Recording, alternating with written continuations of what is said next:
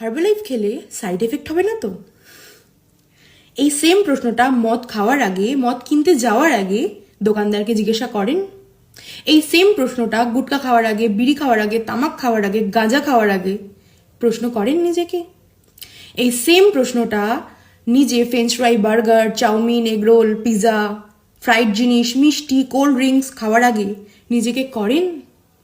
এই সেম প্রশ্নটা ওই নোংরা হাতে মাখা ফুচকার আলু, ফুচকার জল, ফুচকা খাওয়ার আগে নিজেকে করেন?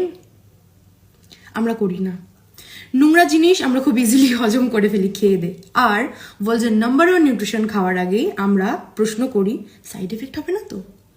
আমি বলছি না, গুগল বলছে যে ওয়ার্ল্ডের নাম্বার 1 নিউট্রিশন হার্বালাইফ নিউট্রিশন। সেই নিউট্রিশন খাওয়ার আগে প্রশ্ন করছেন সাইড এফেক্ট হবে কি না? এদিকে আপনি নোংরা খাবার খাওয়ার আগে, বিষ খাওয়ার আগে একবারও প্রশ্ন করছেন না নিজেকে সাইড এফেক্ট হবে না তো? সুতরাং সাইড এফেক্ট কথাটা কোথায় বলতে হবে আর কোথায় না, এটা বুঝে গেলেই জীবনটা অনেক সোজা হয়ে যাবে।